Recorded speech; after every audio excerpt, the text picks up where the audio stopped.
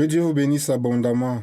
Cet enseignement du révérend L. Craig Martindale intitulé Hébreux 12, versets 26 à 28, J'ébranlerai le ciel, a été présenté et diffusé en anglais le 27 mai 2023. En voici la traduction en langue française. Le meilleur de Dieu à vous et bonjour en ce 27 mai 2023, comme nous continuons nos grandes et éloquentes aventures du reste dans la parole de vie. Il y a une écriture qui m'a intrigué pendant de nombreuses années et en fait c'est cette semaine, alors que je potassais l'un de mes journaux de l'année 2011, que j'ai trouvé que j'avais fait des notes sur cette section comme étant un grand lien vers la puissance du don en manifestation et spécialement bien sûr à la lumière du parler en langue. Et maintenant, pour la première fois, pour autant que je puisse m'en souvenir, j'ai le merveilleux feu vert de notre Père Céleste pour partager un peu de ce que je comprends à ce sujet et comment cela se relie à ce que notre Père dans la parole appelait les bénéfices du parler en langue. Et je pense que vous allez voir beaucoup de choses se mettre ensemble, des choses que nous avons enseignées à travers nombre d'années dans le passé. Elles se lieront ensemble en une compréhension confluente, suivant ce que le mot grec sounesis veut dire, l'un des mots qui veulent dire compréhension dans les Écritures, des choses qui coulent ensemble comme deux fleuves qui se rejoignent en confluence. Et c'est en Hébreux 12, et spécifiquement en commençant au verset 26, lui dont la voix, cela se réfère à la voix de l'Éternel au mont Sinaï, à l'endroit des enfants d'Israël avant qu'il ne leur donne les 10 commandements, dont la voix alors ébranla la terre et qui maintenant a fait cette promesse, une fois encore, j'ébranlerai non seulement la terre, mais le ciel aussi. Le mot aussi vient après ciel.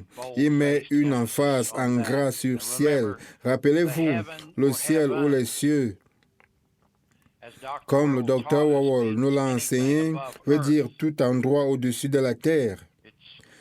C'est une mauvaise interprétation particulière ici d'une imagination tordue qui cause que lorsque nous entendons le mot ciel, des dessins animés mentaux idiots commencent chaque fois à sautiller dans nos intelligences, des histoires que nous avons reçues à travers un mauvais enseignement, des mauvais films ou de mauvais dessins animés qui décrivent les morts comme étant des gens en vie et flottants, représentés je ne sais ni pour quelle raison ni par qui en robe blanche, affublés d'ailes et martyrisant une harpe, quelle que soit d'où cette connerie sort, quel concentré de mauvaises pensées.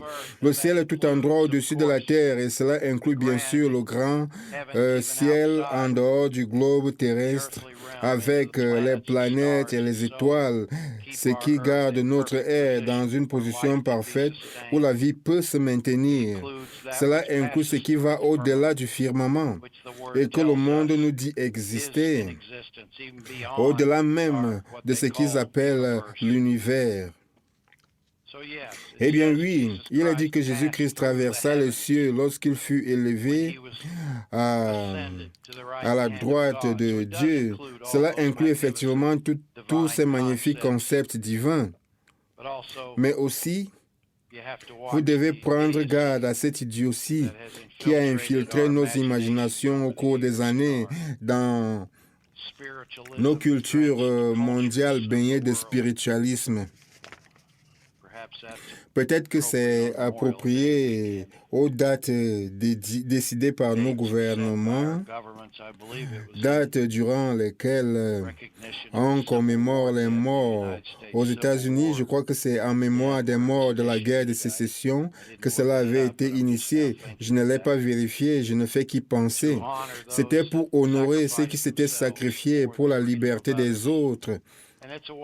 C'est un concept magnifique, mais quand l'ennemi le récupère, il le dégrade bien sûr en une occasion où les gens sont influencés émotionnellement pour croire d'une certaine manière que leurs morts sont vivants et conscients, alors que la parole de Dieu contredit clairement ce concept.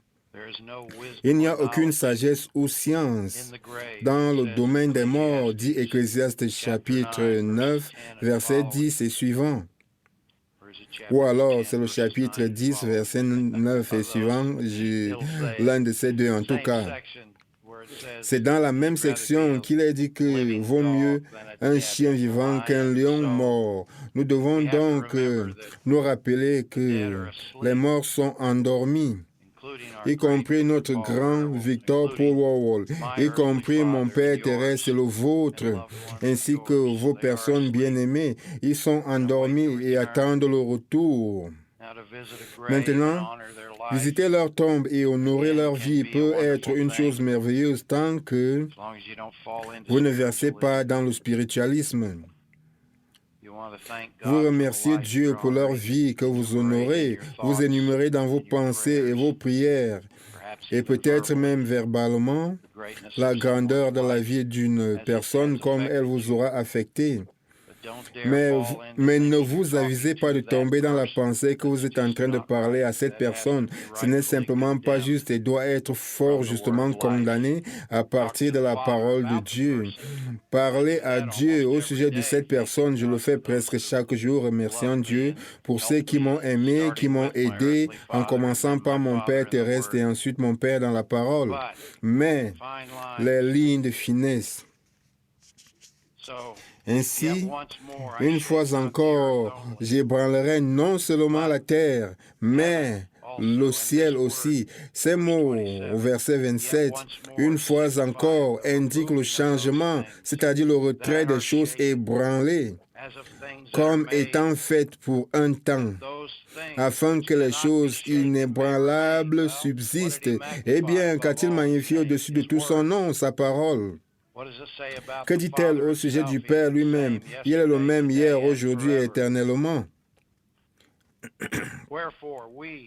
C'est pourquoi, recevant l'ambano, recevant en manifestation un royaume inébranlable, retenons la grâce avec laquelle nous pouvons servir Dieu de manière acceptable, avec révérence et crainte pieuse, car notre Dieu est aussi un feu dévorant. Maintenant, bien évidemment, comme pour beaucoup de choses dans la parole, la grande figure de rhétorique qui se réfère au feu peut être considérée en termes de réchauffer et d'allumer le feu dans un sens positif. Cela peut aussi être considéré dans le sens de la destruction et de la colère. J'aime à considérer cela. Ce qui me vient à l'esprit lorsque je lis cela est 2 Corinthiens 7, spécialement pour ce qui est de la révérence et du respect pieux. 2 Corinthiens 7 nous donne une voie véritablement pratique. Au verset 1, ayant donc de telles promesses, se référant à celles qui ont précédé, bien-aimés, c'est agapetos, une adresse directe. Regardez maintenant, purifions-nous. C'est à ce niveau que notre Dieu est un feu dévorant par le truchement du don du Saint-Esprit énergisé, produisant un impact positif. Purifions-nous. Personne ne peut le faire à votre place. Je ne puis le faire à votre place. Vous ne pouvez pas le faire pour moi. C'est un impératif de l'administration de la grâce. Purifions-nous de toute souillure, de la chair et de l'esprit charnel. Il associe, c'est-à-dire de l'esprit charnel. Il associe les deux mots de manière figurative. L'esprit charnel est la vieille nature. Elle est spirituelle. Maintenant, ce n'est nécessairement pas un esprit diabolique, je ne l'ai pas dit. Mais la vieille nature est spirituelle et attire de manière certaine les esprits diaboliques si elle n'est pas renoncée, révoquée, si on ne parle pas contre elle. Purifions-nous. Cela se fait par le parler en langue auquel référence est faite en premier dans la nomenclature et l'imagerie du feu durant le jour de la Pentecôte. Des langues semblables à des langues de feu apparurent au-dessus de leur tête. Purifions-nous de toutes. Eh bien, ce doit être tout avec distinction. Vous ne pouvez pas vous contenter de le faire une fois et ne plus jamais y penser. Je pense donc que tout ceci doit être avec distinction. Tout ce que vous affrontez dans le temps présent, purifions-nous de toute souillure de l'esprit charnel, la vieille nature. C'est une autre manière de l'exprimer. Achevant, c'est-à-dire perfectionnant notre sanctification. Le mot perfectionnant est épithéléo. Épi est la préposition grecque sur. Téléo est le mot qui veut dire maturité. T-E-L-E-O. Cela donne donc rendant la sanctification mature dans le respect de Dieu. C'est-à-dire que nous croissons dans nos aptitudes, nos capacités d'aimer, de révérer, d'adorer et de louer le Père. Eh bien, c'est ce qui vient dans mon intelligence quand nous parcourons cette grande expression que nous venons de lire en Hébreux 12. Vous pouvez voir pourquoi nous avons ces grandes références en Hébreux, Jacques, 1er, 2e Pierre, 1er, 2e et 3 Jean, Jude, Apocalypse.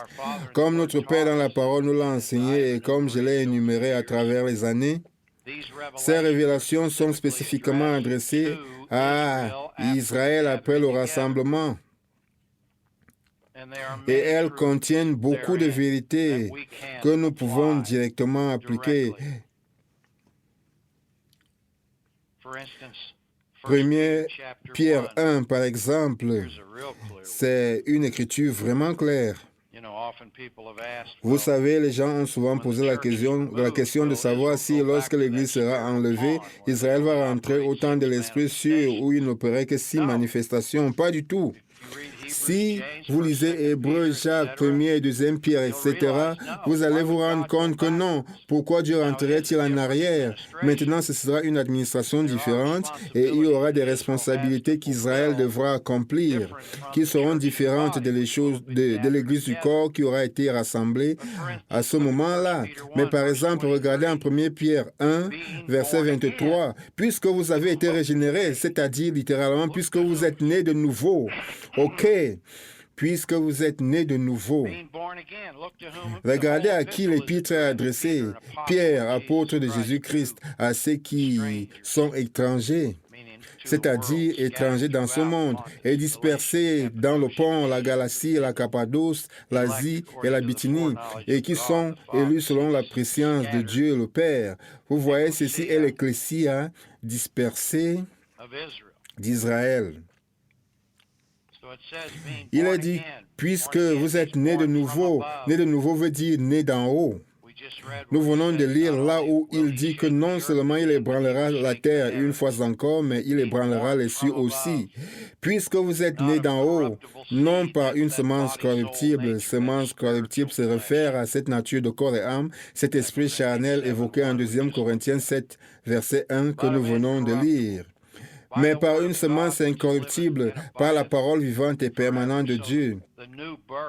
Ainsi, la nouvelle naissance, bien évidemment, sera toujours dynamiquement disponible à ceux de la véritable lignée de sang d'Israël, cet Israël qui sera renouvelé en existence physique.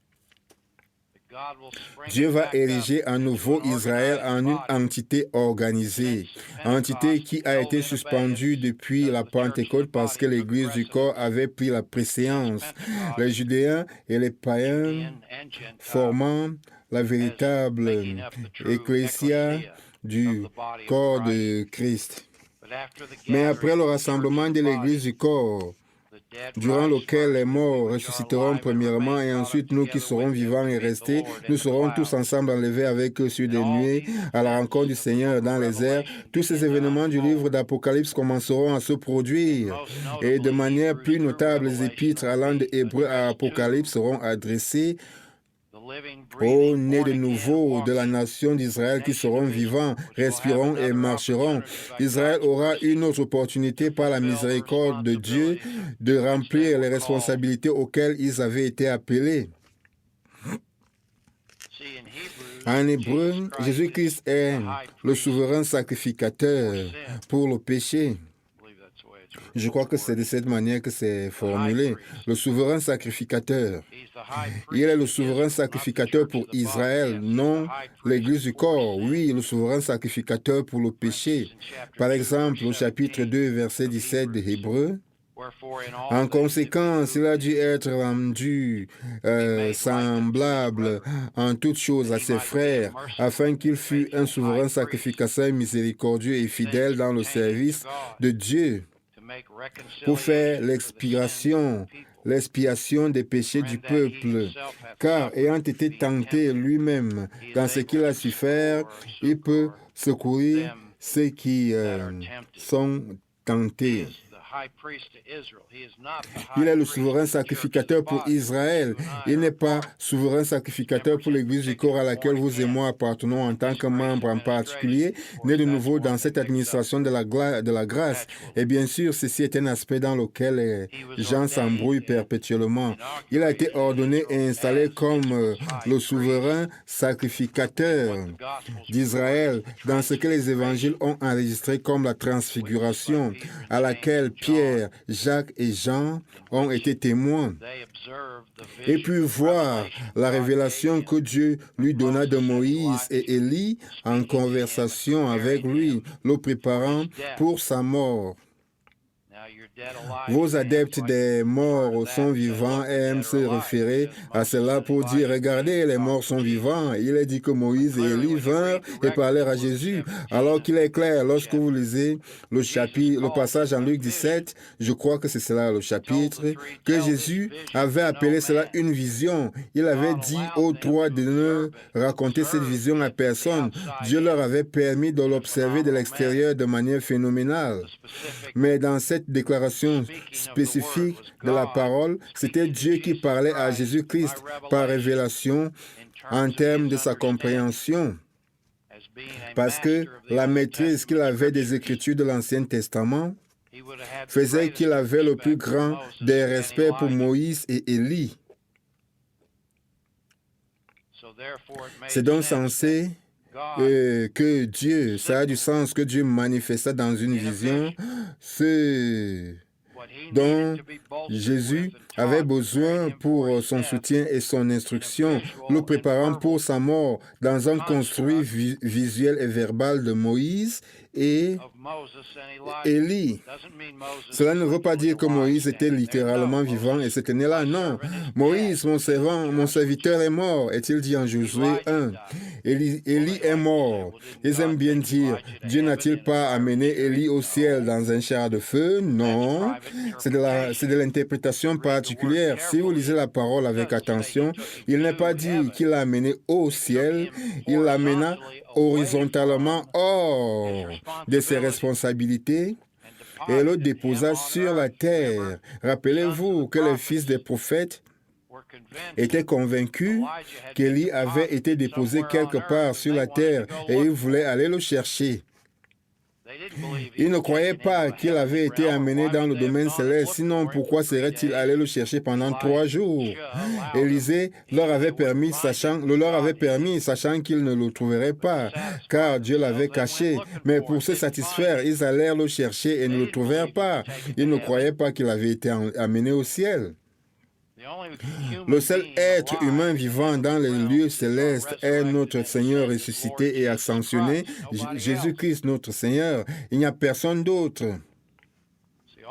Tout ceci est traité dans le grand livre. Les morts sont-ils vivants maintenant? Mais les gens veulent ignorer cela. Beaucoup de ceux à qui cela a été montré se baladent avec ces croyances païennes, spiritualistes, sautillant dans leur crâne, au lieu de se discipliner à la grandeur de cette parole.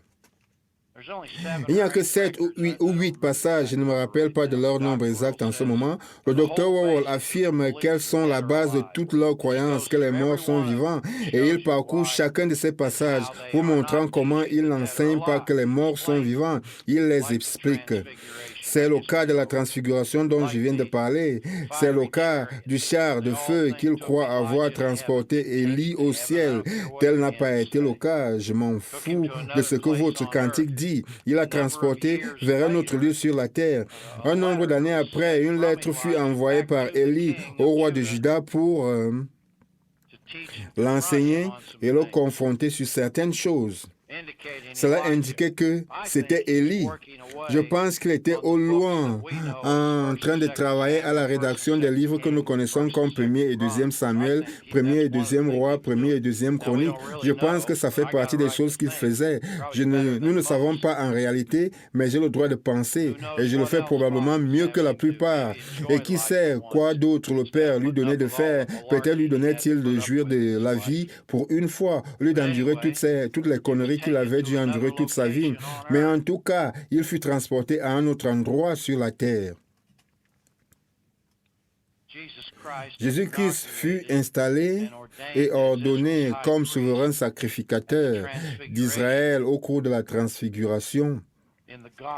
Durant la période des évangiles, alors qu'il marchait sur la terre en tant que la parole faite chair. Et donc, le plus qualifié pour assumer cette fonction initiée durant le périple d'Israël à travers la révélation de Moïse et des fils d'Aaron qui, de manière appropriée, étaient le souverain sacrificateur durant les temps de l'Ancien Testament. C'est comme lorsque Paul s'éteint devant le soi-disant souverain sacrificateur en acte et fut jugé. Il déclara la vérité de la parole. Et un garde le frappa sur la bouche, lui disant « Comment peux-tu parler de cette manière au souverain sacrificateur ?» Et Paul répondit qu'il ne savait pas que c'était le souverain sacrificateur. Ce qu'il voulait dire, celui-ci n'est qu'une contrefaçon. Jésus-Christ est le souverain sacrificateur d'Israël assis à la droite de Dieu. C'est absolument plausible à partir de là que Paul était le plus à même de présenter la vérité présente de l'administration de la grâce dans le cadre de l'accomplissement par Israël de ses responsabilités envers Jésus-Christ qui agira comme leur souverain sacrificateur pour le péché. Mais cela inclura toute la grande prouesse, les grands attributs, les grandes aptitudes de ce que nous connaissons comme l'administration de la grâce. Ils seront capables de naître de nouveau. Nous venons de le lire. Regardez en 2e Pierre et à travers toutes ces 6 révélation des Hébreux à Apocalypse, vous pouvez y trouver des aspects de notre administration qui nous sont très utiles. Beaucoup, bien évidemment, les utilisent pour être dans la confusion.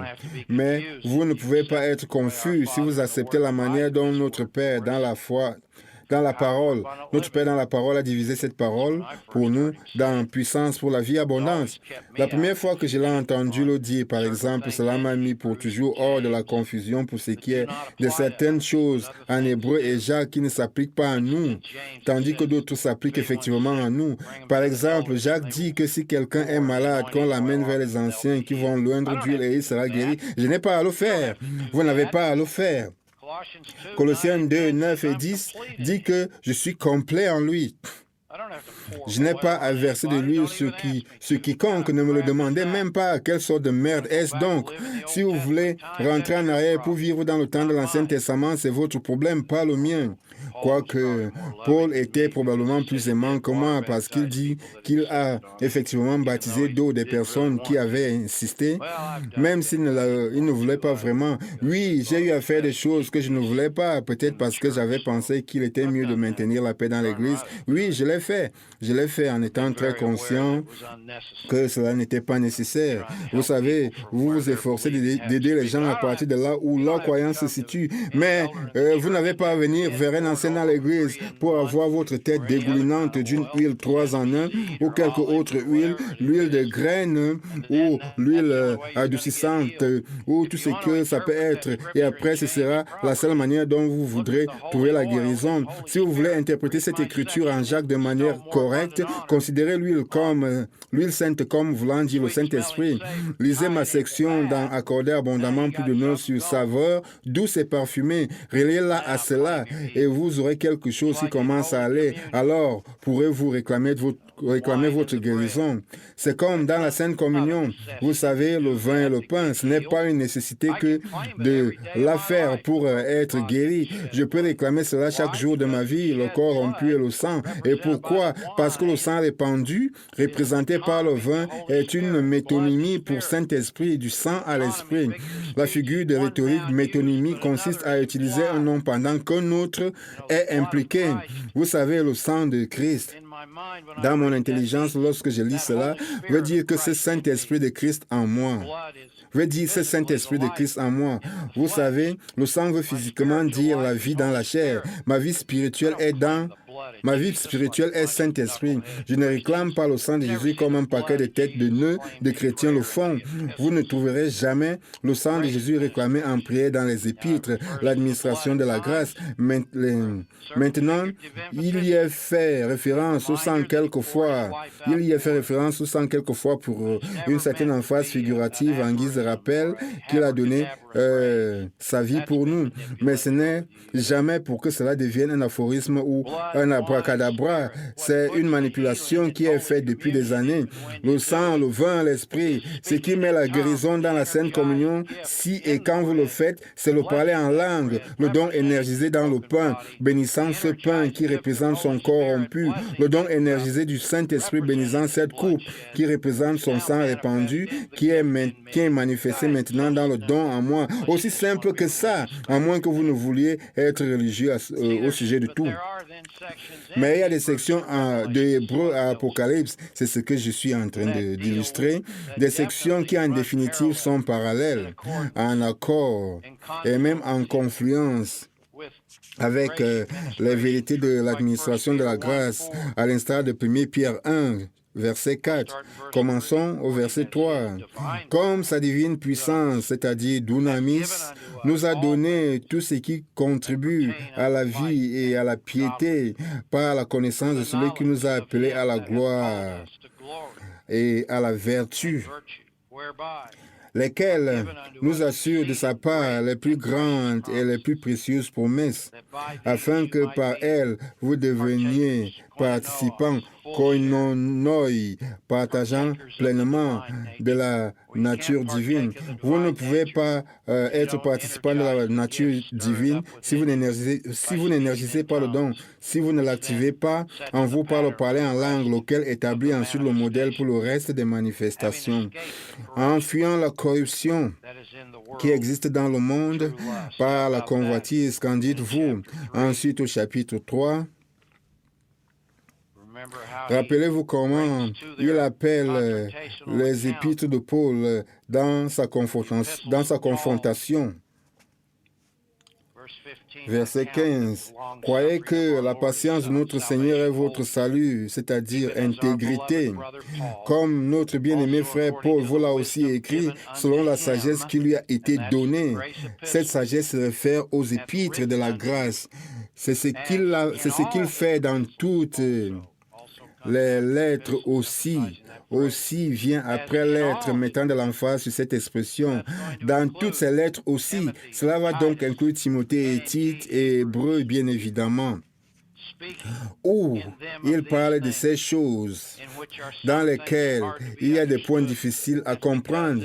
Ça, c'est parce que c'est adressé à Israël. Ils n'ont que la loi dans leur pensée, dans leur conscience et dans leur sang. Ils doivent surmonter cela et ils doivent actualiser leur connaissance de la loi dans la grâce.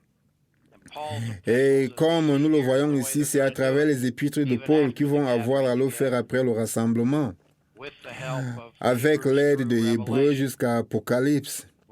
C'est ce qui va alors mettre la véritable division des 4 évangiles en lumière. Ainsi, de manière spéciale, leur seront adressées les épîtres de Paul, les 6 épîtres allant de Hébreu à Apocalypse et les 4 évangiles, ça fait 17, un nombre vraiment bon. Le 7e nombre premier, oui, je suis sûr qu'ils auront le reste de la parole aussi, mais ces épîtres seront leur centre des délices, la véritable crème de la crème, la véritable crème de la crème de la révélation adressée à eux après le rassemblement, durant les jours perfides de la colère, afin qu'ils puissent tenir jusqu'à la fin. Ils vont avoir besoin de toutes ces épîtres, n'est-ce pas? Où ils parlent de ces choses dans lesquelles il y a des points difficiles à comprendre, dont les personnes ignorantes, ça veut dire des personnes indisciplinées et mal affermies. Mal affermées veut dire qu'ils ne sont pas établis. Il est donc en train de les confronter. La raison pour laquelle ils sont indisciplinés et instables est qu'ils n'auront pas véritablement pris cela à cœur. Ils ne s'en seront pas appropriés. Je parle dans l'avenir ici. Tordent le sens, comme ils le font des autres écritures aussi, pour leur propre destruction. Eh bien, ceci est tout autant certainement un témoignage de notre temps. Ça peut très bien s'appliquer aux chrétiens de la foi des sens aujourd'hui. Ils tordent toutes les écritures. Ils y trouvent leur orgueil. Ils se croient intelligents lorsqu'ils posent des questions stupides. Ils posent leurs stupides questions contradictoires. Que non, ils ne le sont pas. Ils ne font qu'exposer leur ignorance.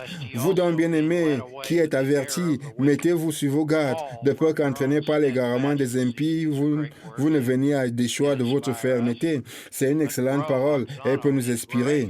Mais croissez, Oxano, dans la grâce. Ceci est la 6e administration et l'admonition est de croître dans quoi? La grâce. S'ils veulent remplir leurs responsabilités en tant qu'Église de l'épouse renouvelée, leur responsabilité envers Dieu au moyen de leur souverain sacrificateur pour le péché, le Seigneur Jésus-Christ, ils devront croître dans la grâce et dans la connaissance de notre Seigneur et Sauveur Jésus-Christ.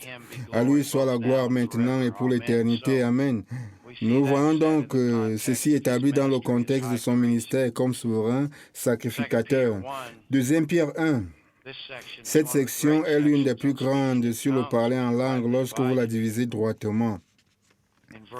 Verset 16. Ce n'est pas en effet en suivant des fables habilement conçues. Oh, qu'est-ce que cela se relie admirablement en 2 Timothée 4, versets 3 et 4. Fable est un mot pour mythe, les légendes. Je vous ai déjà mentionné plusieurs mythes et légendes ce matin. Que nous vous avons fait connaître la puissance et l'avènement parousia. Le docteur Wowell a fait un grand travail sur ce mot dans le grand livre « Les mots sont-ils vivants maintenant ?» Parousia indique la présence personnelle de celui qui vient. La puissance et la parousia, c'est-à-dire l'avènement de notre Seigneur Jésus-Christ. Mais c'est comme ayant vu sa majesté de nos propres yeux. Il se réfère à lui-même et aux autres apôtres appelés durant le ministère terrestre de Jésus-Christ. Car Jésus-Christ a reçu El Lambano, il a reçu en concrétisation claire, en évidence de Dieu le Père. Et honneur et gloire, gloire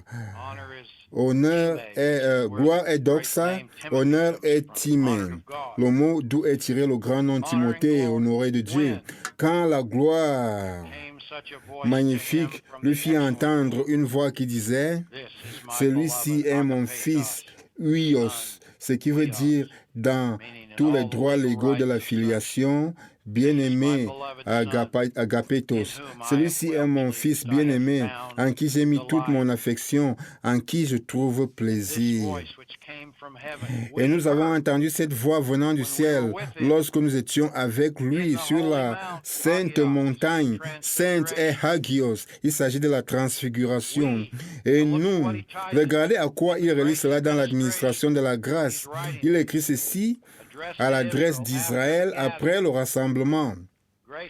La grâce ne sera pas éradiquée dans la 6e administration, mais on s'y appuiera, on bâtira dessus. Et nous avons une parole prophétique plus certaine. Ceci est simplement impossible à comprendre, croire que je fasse de mon meilleur pour l'entendre.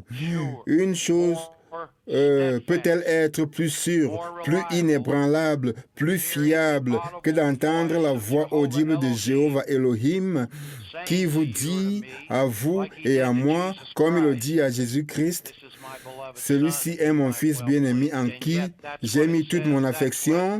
C'est néanmoins ce que ça dit. Voilà ce que ça veut dire. Voilà ce que je crois.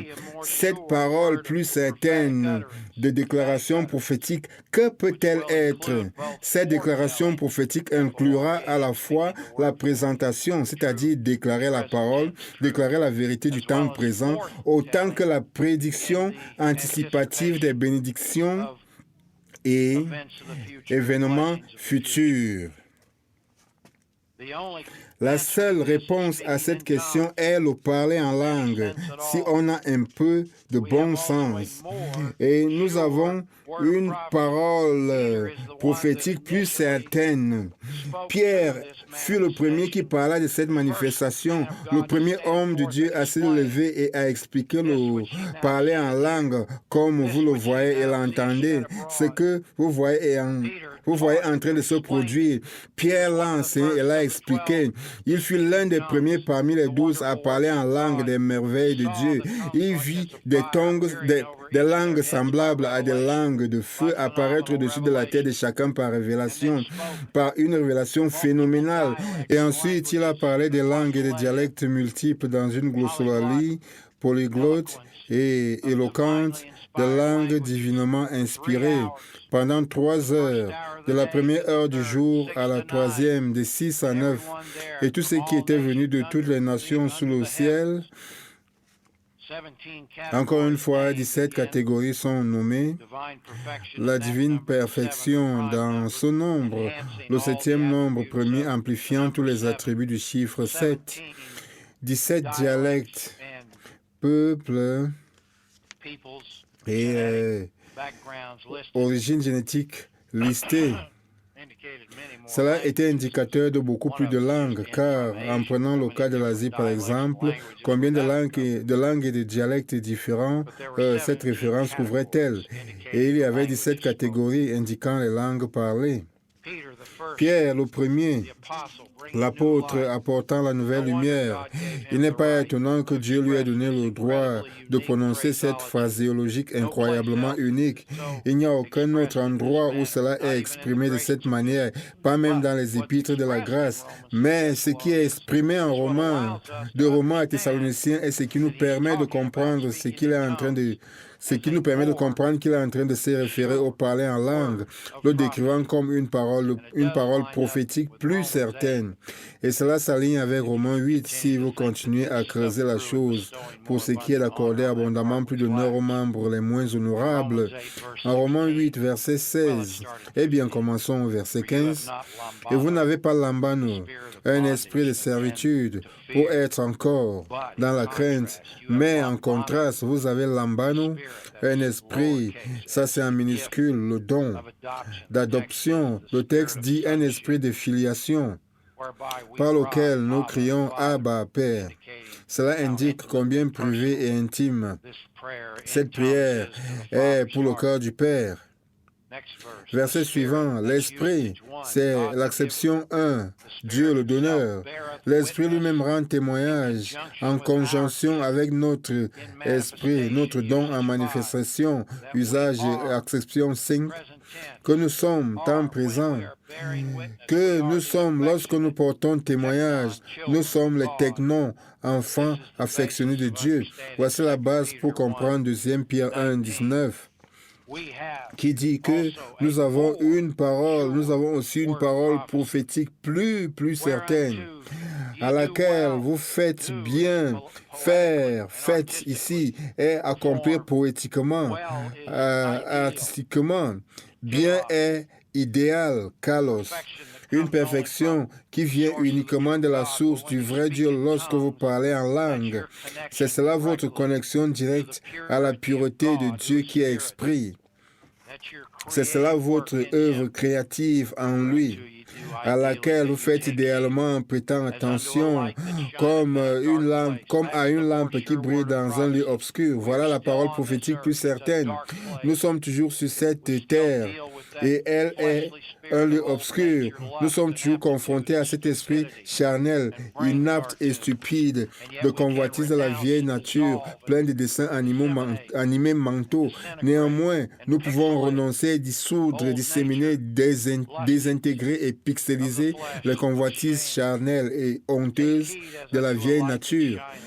Prêtant attention comme à une lampe qui brille, c'est la parole prophétique plus certaine qui est le parler en langue, dans un lieu obscur, jusqu'à ce que vienne apparaître le jour. Ici, c'est une prédiction. Le rassemblement est le grand moment où le jour paraîtra, l'apparition de la lumineuse étoile du matin dans le ciel, où nous irons à sa rencontre. Et que l'étoile du matin se lève dans vos cœurs. Cette étoile du matin qui se lève dans mon cœur. Contexte, c'est la parole prophétique plus certaine. Vous voyez maintenant ce qui suit. Que c'est approprié, que c'est parfait. Sachant, Ginosko, tout d'abord, vous-même qu'aucune prophétie, ce qui est déclaré ou prédit de l'Écriture ne peut être un objet d'interprétation. Sa propre interprétation est épilouo, ce qui, dans la littérature profane grecque, était utilisé pour décrire le fait de lâcher les chiens sur la proie, de jeunes chiens non entraînés qui n'avaient aucune discipline en rapport avec ce qu'ils reniflaient dans l'air. Ils couraient ça et là. Ne peut être un objet de sa propre particulière et sa propre épilouo. Et encore une fois, voilà comment la plupart font. Ils traitent la parole comme la planche de Ouija.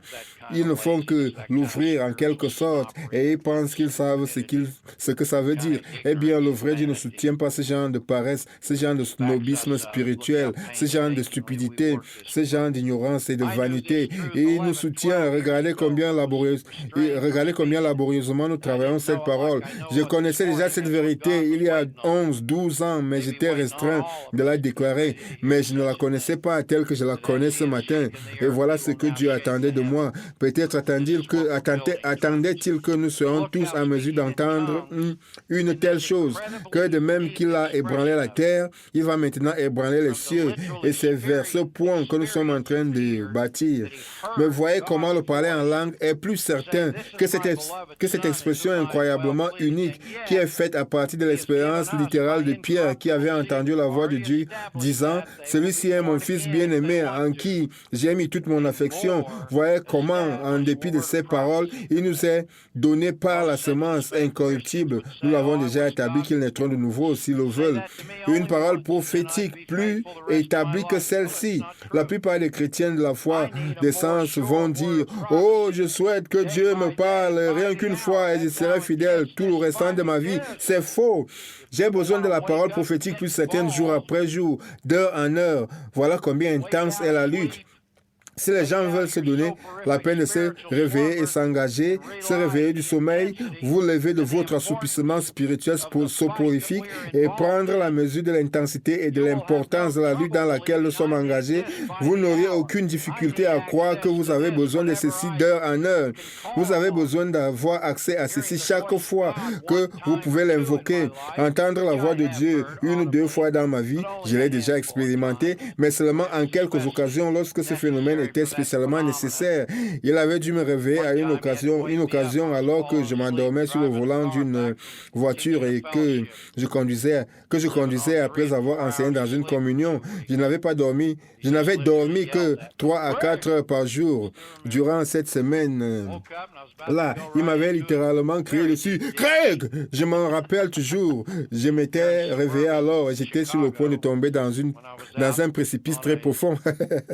C'était dans la banlieue de Chicago. J'étais alors dans une aventure du corps de la voix qui consistait à témoigner et à tenir un cours. C'était la toute première fois que j'entendais Dieu.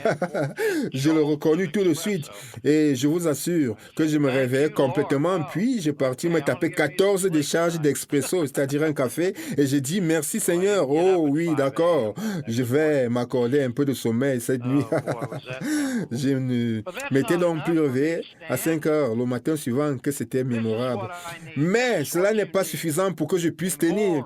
Voici ce dont j'ai besoin. Voici ce dont vous avez besoin. Une parole prophétique plus certaine que celle même de Jéhovah Elohim, me disant qu'il a mis toute son affection en moi.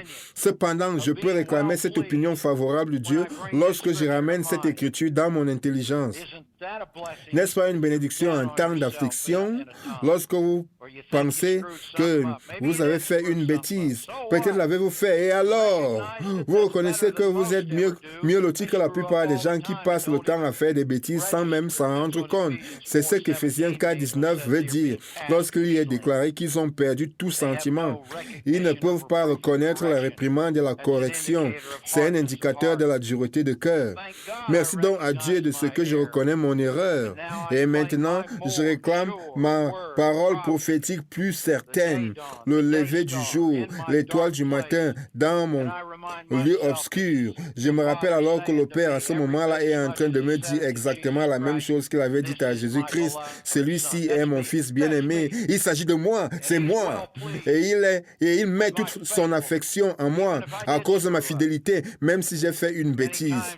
Et de nombreuses fois, après que j'ai accompli une grande œuvre, et quelquefois, c'est uniquement dans ma propre intelligence que ça se passe, lui et moi travaillant quelque chose, prenant une décision où j'ai intercédé correctement dans un scénario très poignant, alors cette écriture jaillit dans mon intelligence. Merci Dieu pour cela. Le consolateur va vous rappeler tout ce que Jésus a enseigné concernant ce don. Je vous assure que lorsque cette écriture vient dans votre intelligence, vous resplendissez au-dedans. Vous vous portez rapidement vers l'avant à l'intérieur de vous. Vous devenez tout chaud à l'intérieur de vous parce qu'il a mis toute son affection en vous. Il trouve du plaisir dans votre vie à ce point comme vous tenez. Et c'est même plus établi que cette voix audible de Dieu. En passant, allez retravailler la section où il est dit « Celui-ci est mon Fils bien-aimé en qui j'ai mis toute mon affection ». Ça se trouve il se pourrait que ce soit dans tous les 4. Je sais que c'est en Matthieu, Marc et Luc. Je ne me rappelle plus si c'est en Jean, peut-être. Mais c'est dit 6 fois au total. 6, le chiffre de l'homme. Il était le Fils de l'homme. Il était lui-même parfait. Du sang divin dans ses veines, autant que la plénitude de l'Esprit qui était disponible à cette époque.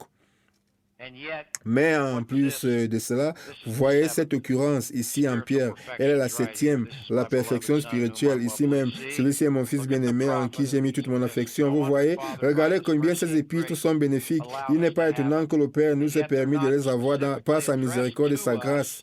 Et elles ne sont même pas adressées spécifiquement à nous, car elles contiennent des choses qui pourraient causer de la confusion en comparaison avec les épîtres de la grâce.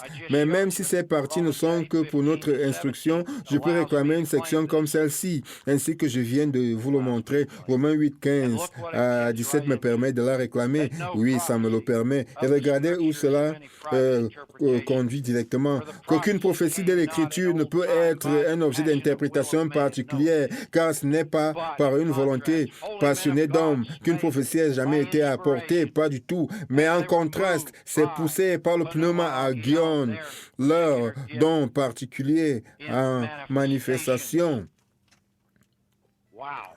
que les hommes ont parlé de la part de Dieu. Waouh! Regardez comment la manifestation du parler en langue se relie directement à l'intégrité et à l'exactitude et à la source divine de la parole de Dieu. J'ai trouvé ceci dans...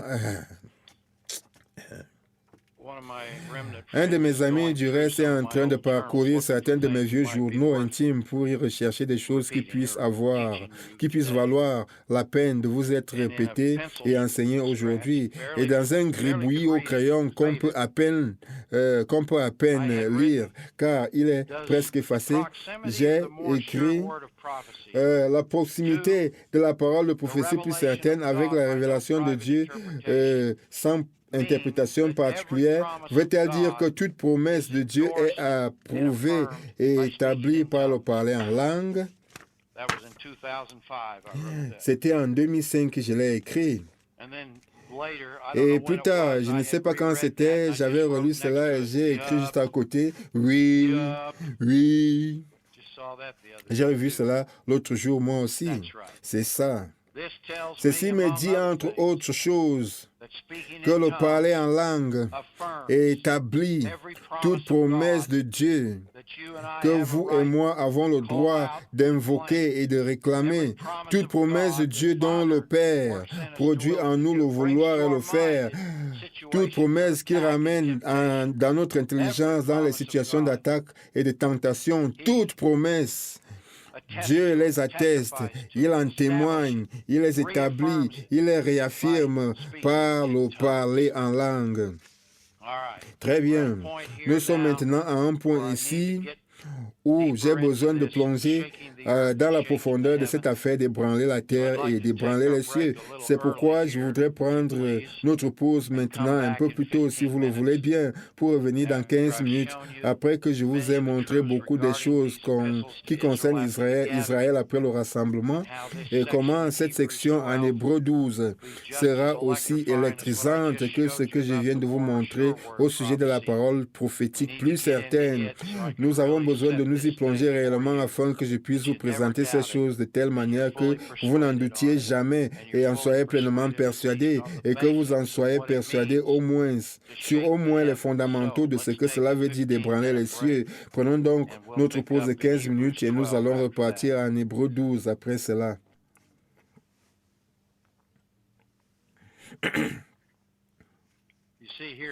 Vous voyez ici en Hébreux 12, toute cette section est en train de faire une expansion sur l'événement grand et notable d'Exode 19, dans lequel Moïse dit au peuple de s'apprêter pour la journée du lendemain où l'Éternel allait descendre sur la montagne et leur parlerait. Et cette expérience incroyable de laquelle les 10 commandements sortirent, la parole sous la forme écrite pour la première fois, vous pouvez voir que cela est en parallèle avec la parole prophétique plus certaine et c'est poussé par le Saint-Esprit que des saints hommes ont parlé de la part de Dieu. Et pardon de cet événement qui contient beaucoup de vérités en application, mais la vérité principale à laquelle je veux aller ici, regardons-la en commençant au verset 22. Mais vous vous êtes approchés de la montagne de Sion, de la cité du Dieu vivant, la Jérusalem céleste, des myriades qui forment le corps des anges. Il est évident que ceci est l'espérance d'Israël, exprimée ici dans une révélation de la 6e administration, de laquelle nous ne relevons pas, étant nés de nouveau et attendant un nouveau corps. Il poursuit en disant de l'Assemblée générale et de l'Église des premiers-nés. Quelle expression unique! Rappelez-vous que Jésus-Christ est appelé les prémices de ceux qui sont morts. Comment se peut-il qu'il soit appelé les prémices de ceux qui sont morts en 1 Corinthiens 15 si Moïse et Élie, par exemple, sont déjà vivants et flottant là-haut? La parole s'écroulerait en morceaux, vous voyez. D'où une fois encore l'importance du travail de notre Père dans la parole, dans les morts. Sont-ils vivants maintenant? Pour ne pas laisser les contradictions apparentes faire chavirer notre pensée dans le spiritualisme qui consiste à croire que les morts sont vivants. C'est tout simplement impératif. L'Église des premiers-nés inscrits dans les cieux, du juge qui est le Dieu de tous et des esprits des justes parvenus à la perfection. Vous pouvez voir le parallèle avec l'esprit qui est en nous. Cela nous rend spirituellement complets. Et de Jésus, le médiateur, il est la voie, la vérité et la vie de la nouvelle alliance. Elle fut établie le jour de la Pentecôte et présentée dans la révélation des épîtres de la grâce et du sang de l'aspersion. C'est l'accomplissement de la loi, en référence bien sûr à l'agneau de Pâques, en lequel Jésus-Christ est notre Pâques pour avoir payé le prix. Qui parle Prêtez attention à ceci. Mieux, qui parle de meilleures choses que celui d'Abel. Quelle expression unique. Comment peut-on comprendre ce que cela veut dire? Très peu de paroles d'Abel sont enregistrées. Néanmoins, dans la reconnaissance en profondeur de la parole entière, du meilleur dont je suis capable, et avec le Père qui honnêtement m'enseigne des choses directement à travers les années, et je crois que vous allez en voir le sens. Ceci se réfère à la parole dans les étoiles. Et je pense que cela indique spécifiquement ce qui, pour moi, explique la rage de Caïn contre Abel. Cela indique qu'Abel était le maître enseignant de la parole dans les étoiles, qu'il était très apte à interpréter les vérités des constellations établies en Genèse 1 pour déterminer les signes et les saisons. Il est évident que son père Adam le lui avait enseigné, mais il y a excellé de manière spéciale. Ainsi, quand, muni de cette compréhension, vous lisez l'expression qui parle de meilleures choses que le sang d'Abel, cela se réfère au passage spécifique en Exode où, suite à ces événements, les tables de pierre furent données, lesquelles étaient la parole écrite pour la première fois dans les 10 commandements.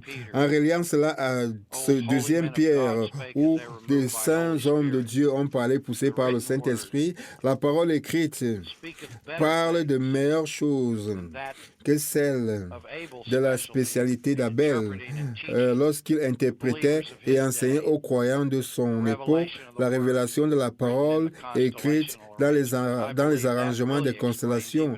Je crois que cela explique réellement et même davantage la magnifique, non, ce n'est pas l'adjectif approprié, mais la rage inexplicable que l'adversaire avait pu susciter en Caïn pour qu'il assassine littéralement Abel à cause de la haine que l'adversaire avait de l'aptitude d'Abel d'enseigner la parole en son jour et époque.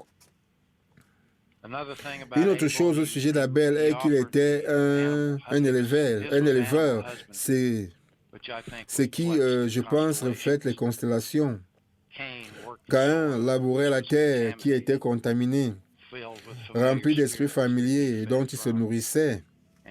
Et il y a quelques mois, j'ai dévoilé une chose, je ne sais pas, que personne n'avait jamais dévoilé, mais je crois qu'Abel s'était livré de son plein gré à la rage de Caïn pour exposer sa véritable nature à Adam, à Ève et à tout le reste qui avait besoin de savoir qu'il était pourri jusqu'à la moelle, qu'il était né de la semence du diable et en était le premier. Qui sait combien d'années de subtile diablerie Caïn aurait opéré si Abel ne s'était pas livré en sorte que la preuve en fut faite. Beaucoup de choses donc avec Abel, sur lesquelles la plupart n'ont peut-être jamais pris le temps de réfléchir. Abel est aussi mentionné en...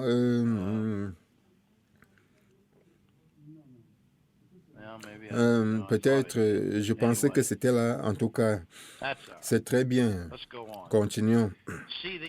Gardez-vous de refuser d'entendre celui qui parle, Dieu. Car si ceux-là n'ont pas échappé, qui refusaient d'entendre celui qui publiait les oracles sur la terre, et bien sûr qu'en ce temps-là, cela indiquait la parole déclarée à travers les hommes de Dieu, les prophètes Moïse, Aaron, etc., Josué, combien moins échapperons-nous si nous nous détournons de celui qui parle du haut des cieux? Je crois que cela se réfère littéralement au parler en langue, où celui qui parle en langue parle des secrets divins, comme nous le savons depuis 1 Corinthiens 14. C'est une vérité fondamentale, relisons-la, pour parler du haut des cieux. Verset 1 de 1 Corinthiens 14. Recherchez la charité, c'est agapé, l'amour de Dieu, qui consiste à garder ses commandements, rappelez-vous. Ensuite, où est aspirer, désirer avec zèle. King James dit don spirituel, don est en italique, ça devrait être barré. C'est un sujet plus étendu à ce niveau, les affaires spirituelles. Ceci inclut l'énergisation des ministères pour le perfectionnement des saints, aussi bien que les profits des manifestations listées en 1 Corinthiens 12. Mais surtout est de plus en plus à celui de la prophétie.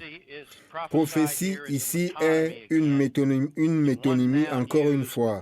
Un nom est utilisé, mais l'intention originelle est une exhortation à la maturité spirituelle.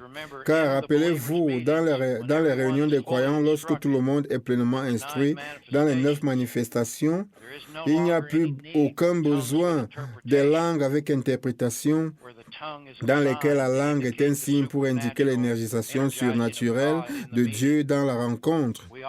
Car nous sommes déjà convaincus de la présence surnaturelle du Père, si la parole habite en nous abondamment. Nous recherchons donc la maturité. En effet, celui qui parle en langue ne parle pas aux hommes.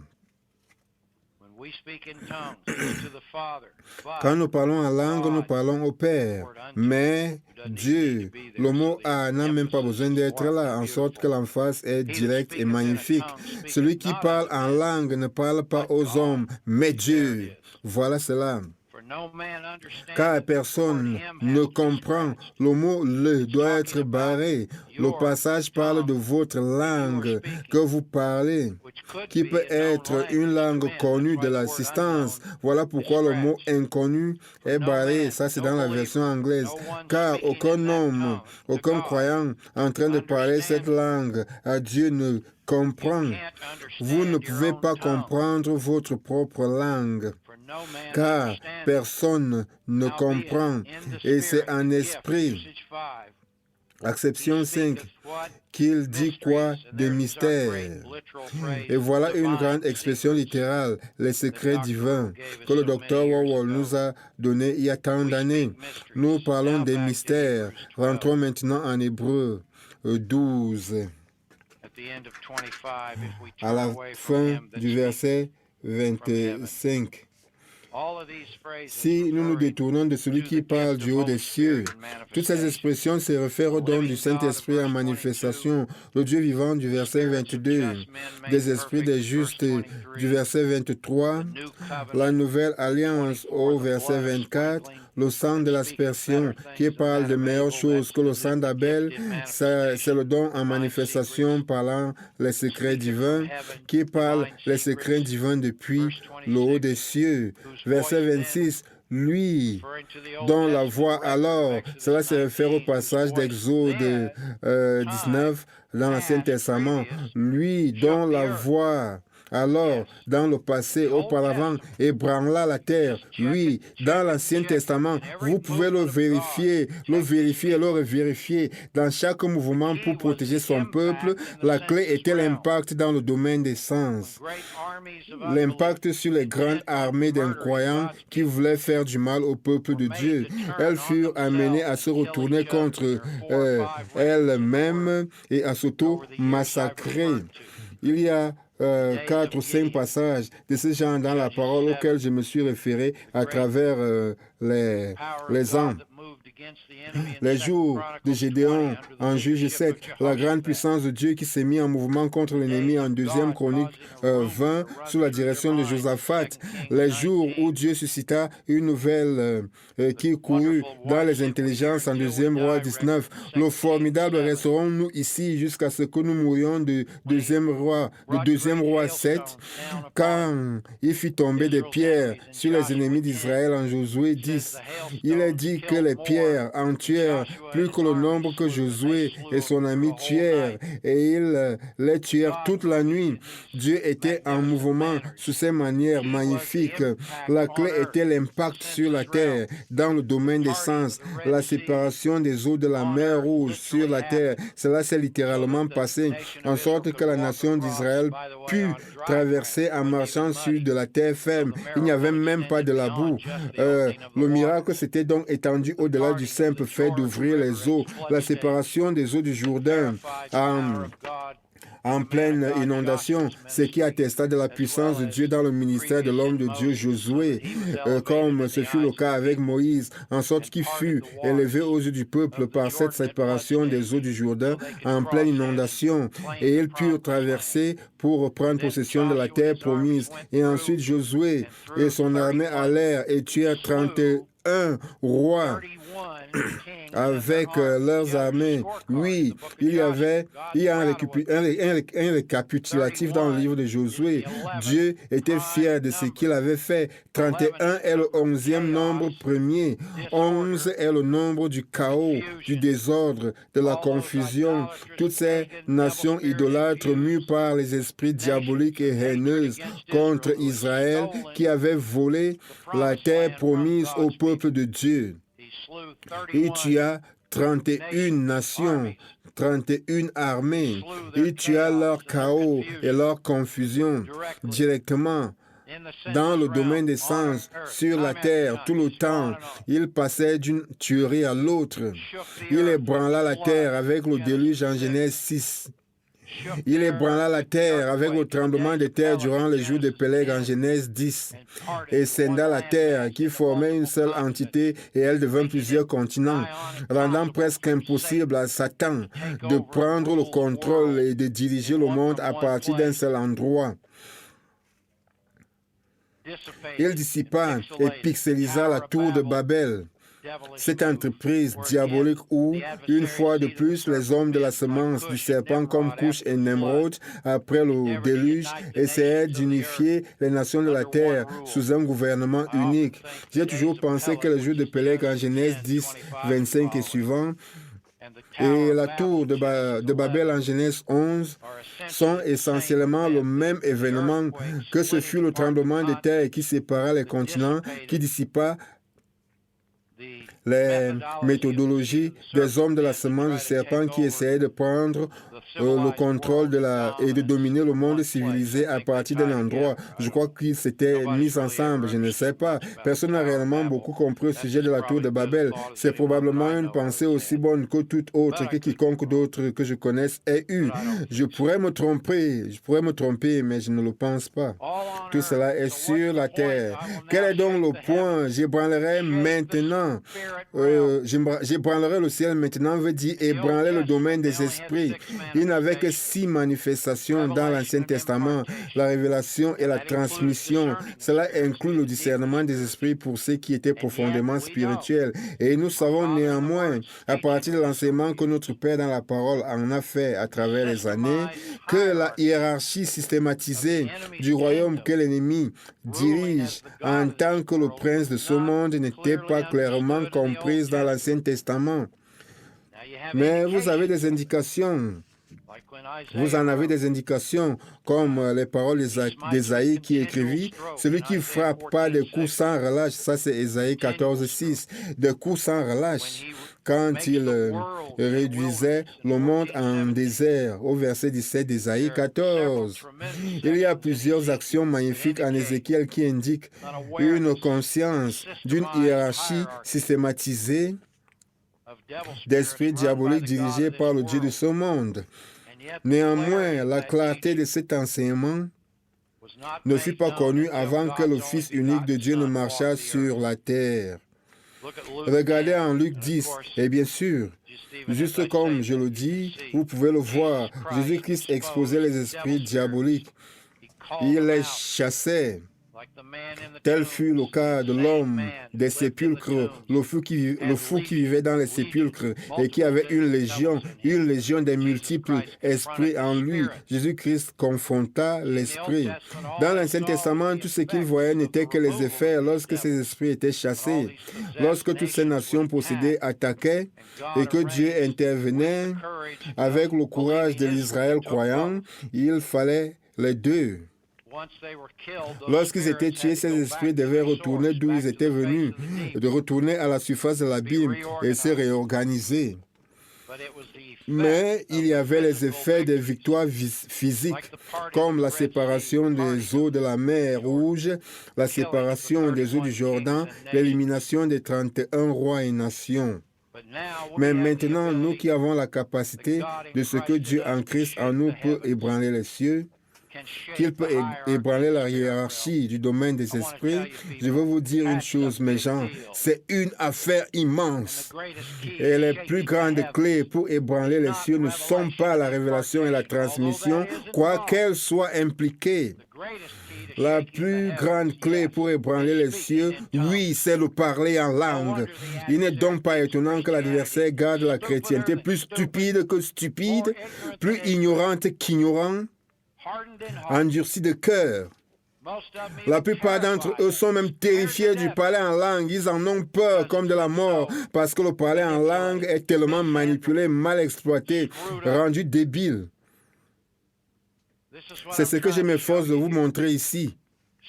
Ébranler donc la terre, quand, maintenant, mais aussi lors des jours de Pierre qui arrivent dans la 6e administration. C'est ce à quoi Paul est en train de les préparer pour la 6e administration et dont nous pouvons bénéficier maintenant en apprenant que dans le passé, Dieu n'avait ébranlé que la terre. Maintenant, il peut ébranler la terre et les cieux. Oui, nous vivons des manifestations physiques. Oui, en effet.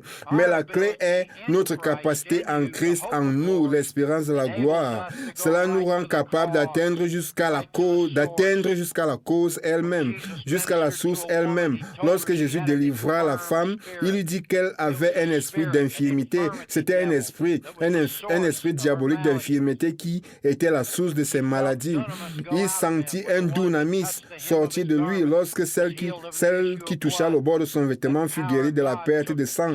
Cette puissance de Dieu ôta la source. Lorsqu'il délivra le jeune garçon qui avait des crises et des accès, son père ne pouvait rien faire pour lui. Les apôtres ne purent l'aider. Il parla à l'esprit impur. Il connut par révélation la source de la maladie. Nous avons l'autorité et la prouesse d'ébranler les cieux. Si nous croyons cette parole, si nous en sommes pleinement persuadés, c'est cela être fort dans le Seigneur et par sa force toute puissance, sa puissance exercée. Jésus l'avait amené en manifestation durant son ministère terrestre. Il montra pour ceux qui voulaient voir la puissance spirituelle qui se cache derrière. Il exposa les hommes de la semence du serpent, les dirigeants pharisiens. Et ce fut l'une des dernières choses qu'ils se résolurent finalement à croire, car leur culture leur inculquait réellement de révérer, honorer, soutenir et craindre de tels hommes. Ils ne pouvaient simplement pas se le passer dans leurs neurones que Jésus-Christ leur dise « Vous avez pour père le diable et vous voulez accomplir les désirs de votre père. Il a été meurtrier dès le commencement. Il est le père des mensonges. » Ils ne pouvaient pas se le mettre dans leur tête. Cela prit un certain temps, car ils avaient tellement été moulés dans le respect du spiritualisme de leur culture. Cela ne vous est-il pas familier? Mais regardez à ce qui suit en Luc 10, verset 17. Les 70 qu'il avait envoyés revinrent avec joie, disant, « Seigneur, les démons, daimonion, même nous sont soumis en ton nom. » Cela veut dire à travers son enseignement et son exemple. Jésus leur dit, « Je voyais Satan tomber du ciel comme un éclair. » Vous parlez d'une révélation phénoménale. Quand le docteur Wawol enseignait ceci, il disait, « Satan voyait que son royaume était détruit et dévasté comme jamais auparavant. Il lui fallait descendre là-bas et essayer lui-même de redresser les choses. » Eh bien, Job nous dit qu'il se promène ci et là, de haut en bas sur la terre, pas vrai? Voici, je vous ai donné l'exousia, le privilège d'exercer, le pouvoir de marcher sur les serpents et les scorpions. Ce sont de grandes figures de rhétorique se référant au royaume du diable et surtout le dunamis de l'ennemi. Et rien ne pourra par aucun moyen vous nuire. Cependant, ne vous réjouissez pas de ce que les esprits vous sont soumis, mais réjouissez-vous de plus en plus de ce que vos noms sont écrits dans les cieux pour les récompenses futures. Il dévoilait ce domaine des esprits à tout moment. Il commença à leur montrer que la puissance de Dieu bougeait non seulement dans les points d'impact terrestres de la connaissance des sens, comme dans l'Ancien Testament, mais spirituellement aussi. Même avec ce don sur eux à l'époque de Jésus, ils avaient l'autorité de chasser les esprits diaboliques. Et encore, celui qui est en vous est plus grand que celui qui est dans le monde. Dans toutes ces choses, nous sommes plus que vainqueurs. Regardez en Éphésiens 1. Vous savez, lorsqu'il est dit « et sur toute la puissance de l'ennemi », c'est tout simplement axiomatique pour ceux qui sont nés de nouveau.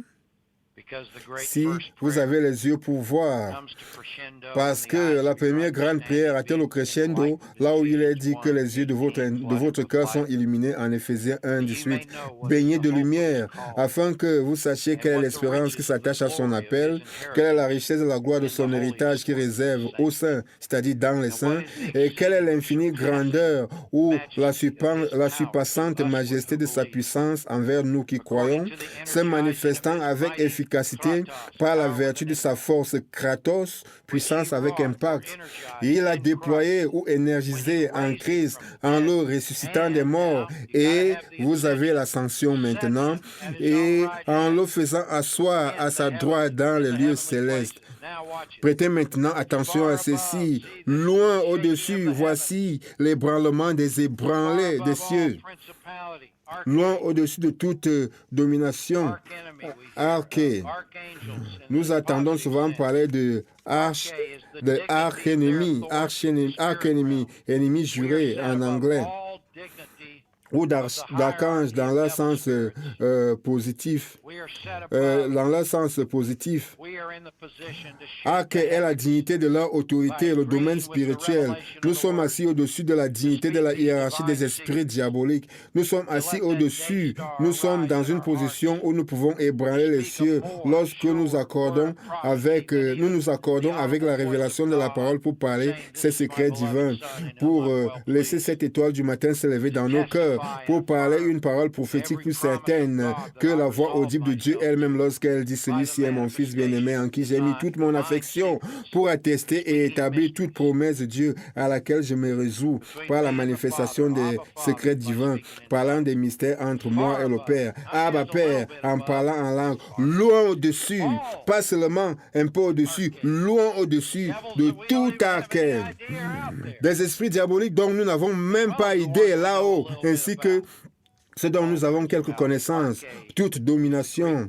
Arc est le mot grec qui veut dire dignité de la position, de toute autorité, exousia. Nous parlons du domaine des esprits ici. Tout esprit a l'autorité d'exercer. La seule chose qui les restreint, c'est la puissance de Dieu en Christ en vous et moi, l'espérance de la gloire, notre exousia, le privilège d'exercer.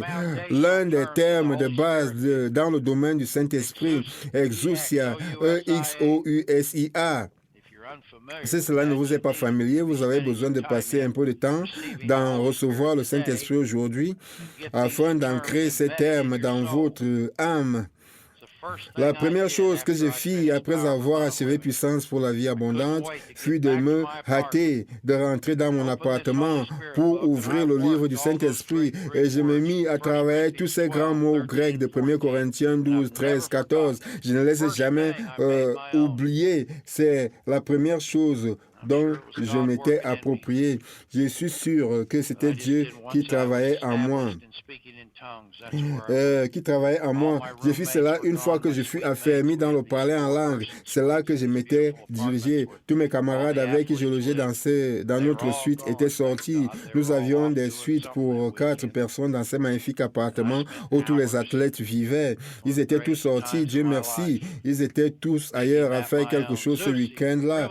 Et j'avais passer des heures. Ce fut l'un de mes grands moments, l'un des grands moments de ma vie, moment passé à m'approprier cela. Exousia, le privilège d'exercer. En voici un autre, de toute puissance, dunamis. Nous venons de le lire en Luc, au-dessus de tout dunamis de l'ennemi. Pas seulement cette puissance exercée en opération en notre présent, mais même toute la potentialité du domaine des esprits qui n'a pas encore été relâchée. Je n'ai qu'elle est parce que nous tenons. Nous sommes au-dessus de tout cela. Nous sommes au-dessus. Réfléchissez-y. Cela ôte grandement la peur de l'avenir, la peur des choses avec lesquelles il essaie de vous tromper en faisant trembler des choses autour de vous. Nous faisons trembler les dents du domaine des esprits. Non seulement j'ébranlerai la terre, il ébranla la terre lorsqu'il fendit la mer Rouge. Il ébranla la terre quand Josué et son armée marchèrent sur 31 au royaume incroyant, les taillèrent en pièces et reprirent ce qui leur appartenait. Il ébranla la terre avec les jours de Pélec. Le tremblement de terre l'ébranla littéralement. Un ébranlement qui suscita les contingents, rendant ainsi un ébranlement qui suscita les continents, rendant ainsi les desseins de l'ennemi à travers la tour de Babel impossible à accomplir dans un mouvement, dans un gouvernement mondial unique. Et cela demeure impossible en dépit de tous les go et commerce de la peur. Cela demeure impossible, pas avant la 6e administration, c'est cela. Au-dessus de toutes les potentialités du monde, du domaine des esprits, il y a un degré de potentialité que nous sommes.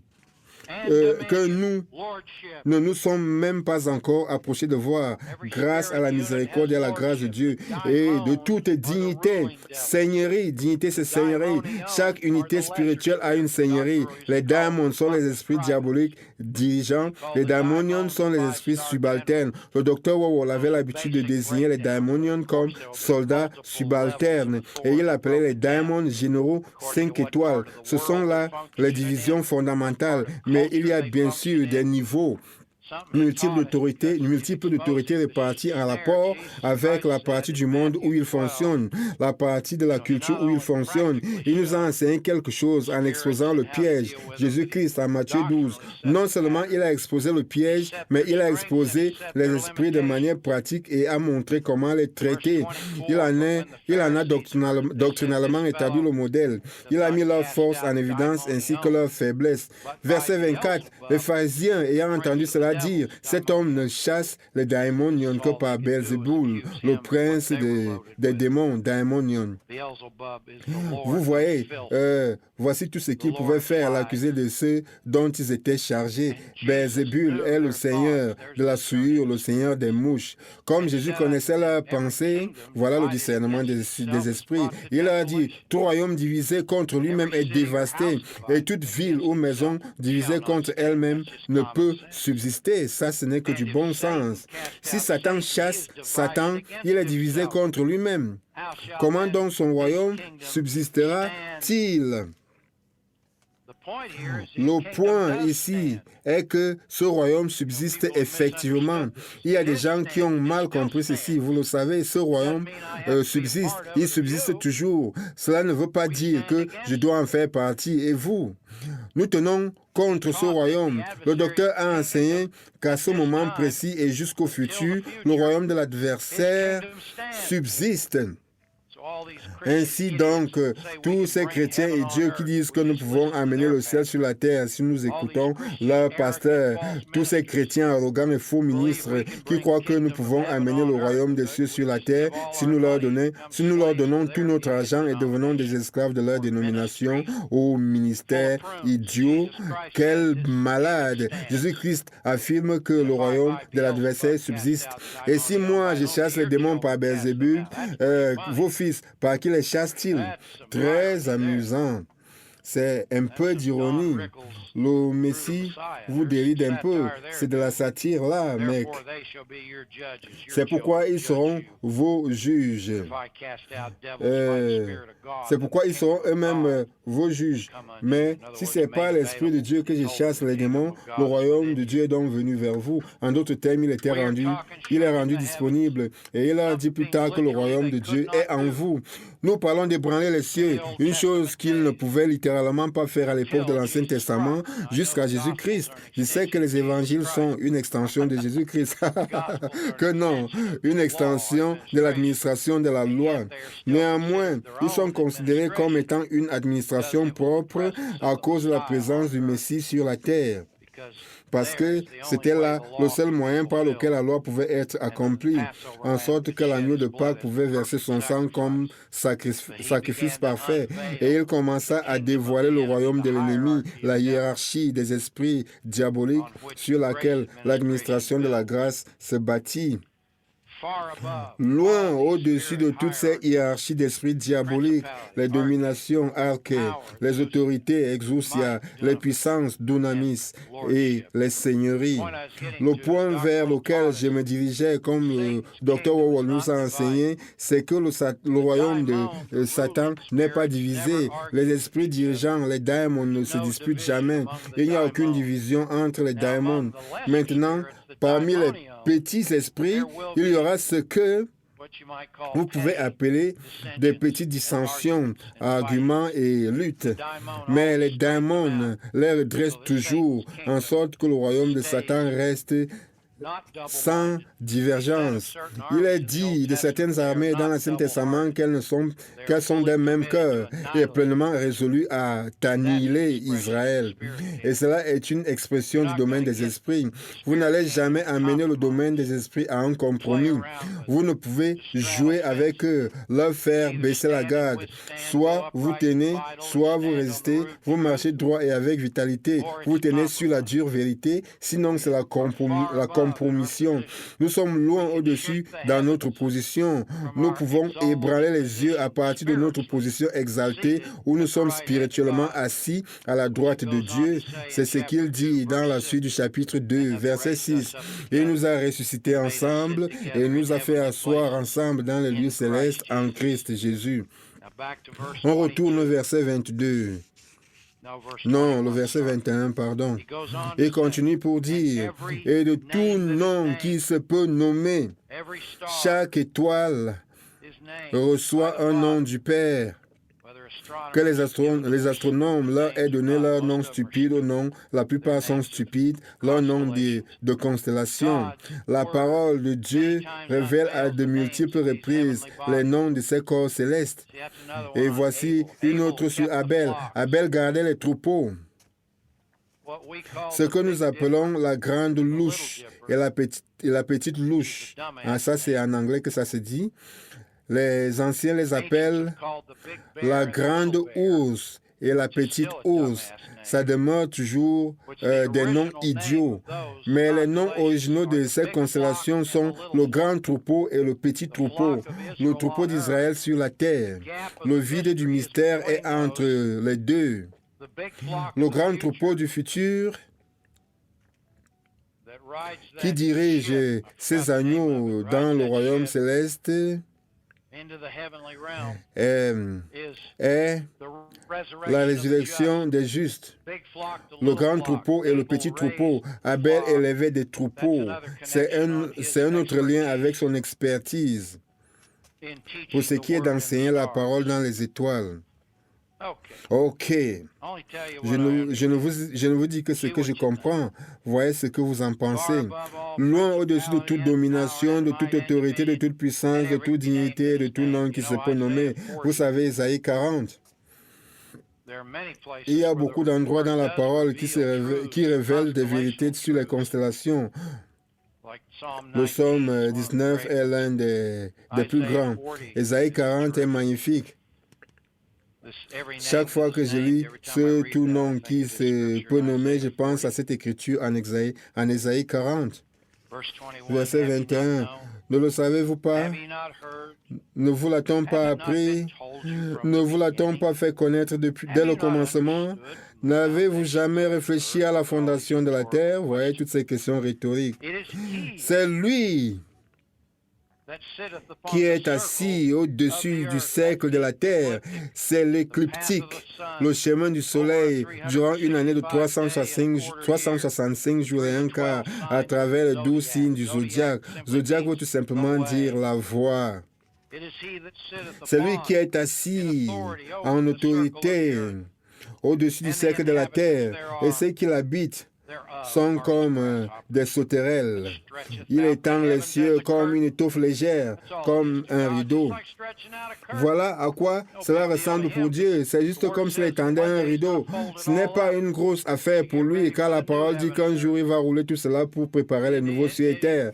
Ce n'est pas plus difficile pour lui que comme lorsque vous et moi ouvrons nos rideaux le matin. Il les déploie comme une tente pour en faire sa demeure. C'est lui qui réduit les princes au néant. Il s'agit du domaine des esprits. Il fait des juges de la terre. C'est de la semence du serpent une vanité. Ils ne seront pas même plantés, pas même semés. Leur tronc n'aura pas même de racines en terre. Nous parlons au futur, pas de vie pour eux. Il soufflera sur eux et ils se sécheront. Un tourbillon les emportera comme le chaume. Voilà vos puissants maîtres de la terre, tant passé que présent et futur. À qui me comparerez-vous pour que je lui ressemble, pour que je sois son égal, dit le Saint. Levez vos yeux en haut, regardez le ciel et regardez qui a fait ces choses, qui fait marcher en ordre leur armée. Ce sont les groupes d'étoiles. Prêtez attention à ceci. Ils les appellent toutes par leur nom, par son grand pouvoir. Pouvoir est le mot gloire, doxa. Et par sa force puissante, Kratos, puissance avec impact. Il n'en est pas une qui fasse défaut, il n'en est pas une qui soit absente, il n'en est pas une qui manque de quelque chose. Cela inclut donc le tiers que la queue du dragon entraîna dans sa chute durant sa trahison. Ils ont tous des noms. Et nous sommes loin au-dessus de qu'est-ce que ça dit. On rentre en Éphésiens 1, 21. De tout nom qui se peut nommer, nous les ébranlons. Nous connaissons leurs noms dans de nombreux cas, ou au moins leurs caractéristiques. Et quelquefois, c'est mieux ainsi que de connaître leurs noms à la con. Ne vous laissez pas trop emballer par cela.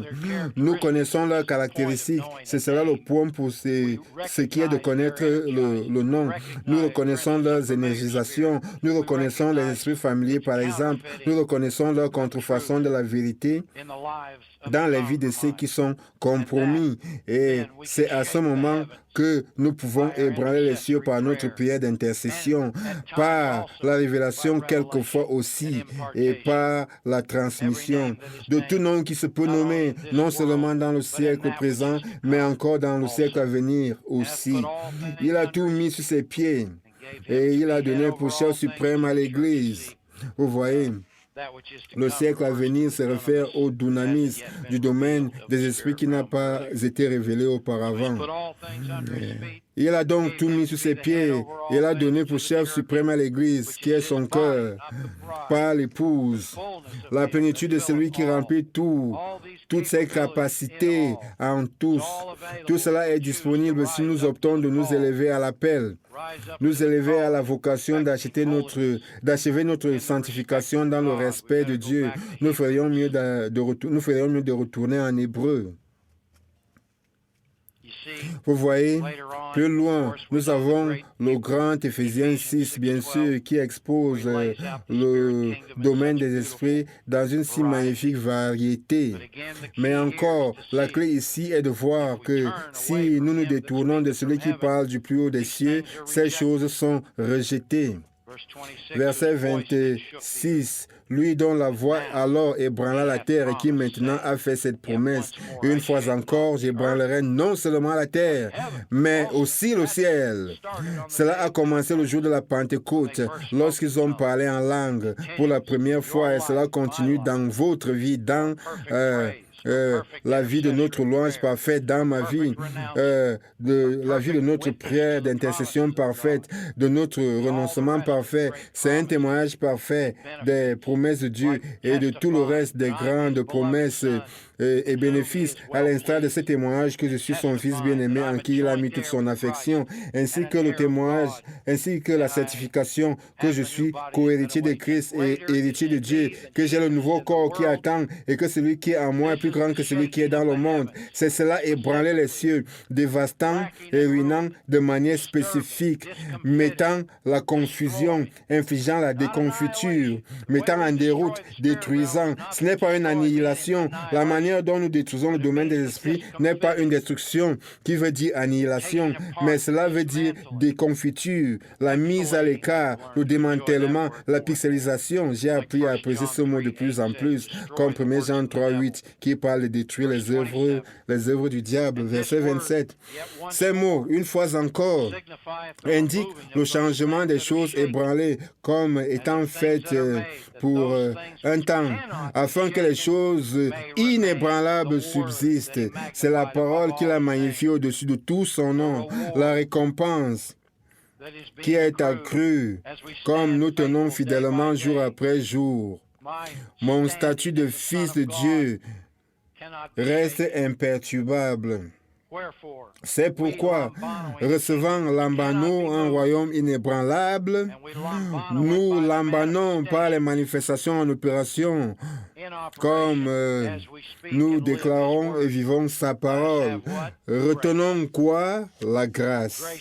La grâce va demeurer immense dans la prochaine administration, sinon il ne serait jamais en mesure de tenir. Nous avons la grâce avec laquelle nous pouvons servir Dieu.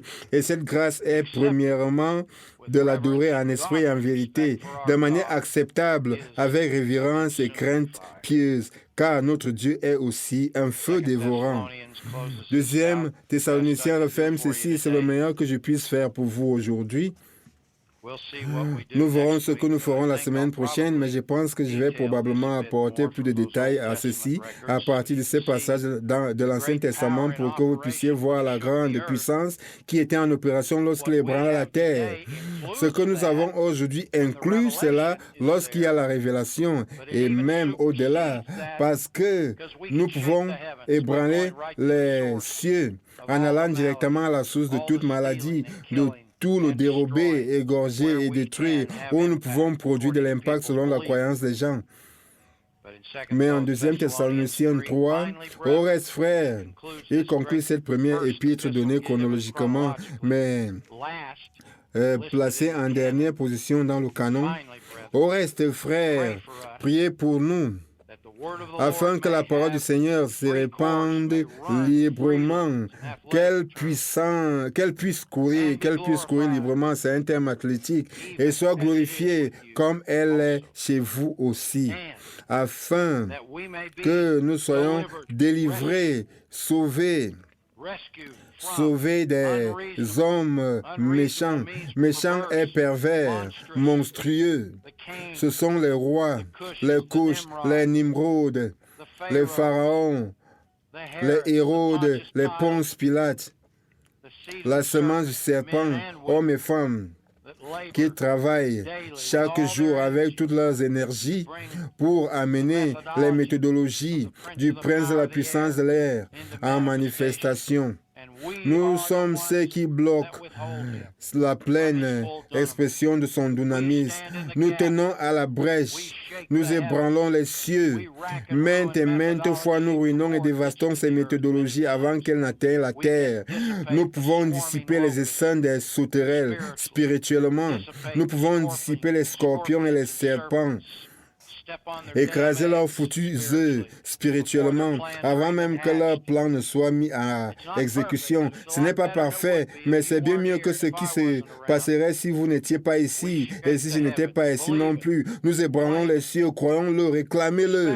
Attendez-vous à cela, afin que nous soyons délivrés des hommes méchants et pervers, harassants, méchants, car tous n'ont pas la foi de Jésus-Christ.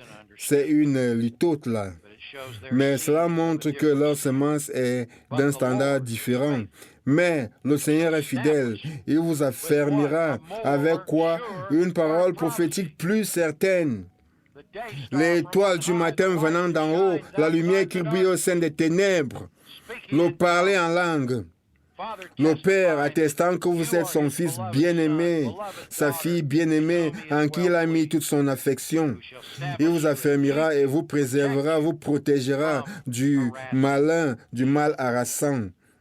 Nous avons à votre égard cette confiance dans le Seigneur. C'est pourquoi ma confiance est en vous, que à la fois vous faites et vous ferez, c'est établi les choses que nous recommandons. Que le Seigneur dirige vos cœurs dans l'amour de Dieu et vers l'endurante patience de Christ. Très bien. Ébranlez les cieux, peuple. À la semaine prochaine dans l'amour de Dieu.